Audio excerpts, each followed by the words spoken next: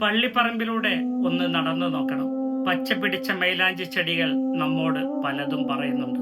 വിവാഹത്തലേന്ന് പുതുമണവാട്ടിയുടെ കൈകളിൽ മൈലാഞ്ചിയിട്ട് യാത്രയാക്കുമ്പോൾ ഉമ്മയും ഉപ്പയും കണ്ണീരോടുകൂടിയല്ലേ യാത്രയാക്കുന്നത്.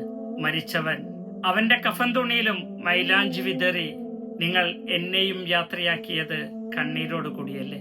എന്താണടോ മൈലാഞ്ചി ചെടിയും വിവാഹവും മരണവും തമ്മിലുള്ള ബന്ധം?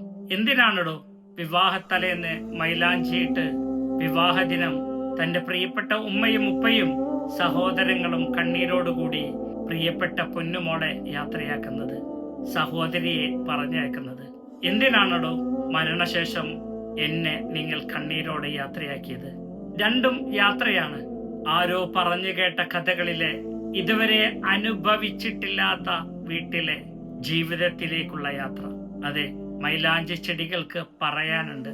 നിന്റെ ജീവിതം, വിവാഹത്തിന് മുൻപുള്ള ജീവിതം, അത് സുന്ദരമാണെങ്കിൽ ഉപ്പയുടെയും ഉമ്മയുടെയും സഹോദരങ്ങളുടെയും സ്നേഹവാത്സല്യത്തോടു കൂടിയാണ്, അവരുടെ സമ്മതപ്രകാരമാണ് നീ വിവാഹം കഴിക്കുന്നതെങ്കിൽ, ആട്ടും പാട്ടും ഗാനമേളകളും വെടിക്കോപ്പുകളുമില്ലാതെ സന്തോഷകരമായ ഒരു ജീവിതത്തിലേക്കാണ് നീ യാത്ര പോകുന്നത് എങ്കിൽ നിന്റെ ഭർത്താവിന്റെ വീട് നിനക്ക് സുന്ദരമാകും.